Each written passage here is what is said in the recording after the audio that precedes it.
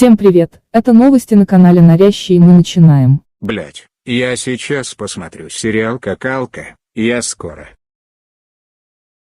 Мы сейчас спросим, кто у нас в кровати жив и т. Я-то тут живу, чё-то. Репортаж закончился, всем пока. Все, мы закрываем новости на канале Норящий. Прощайте.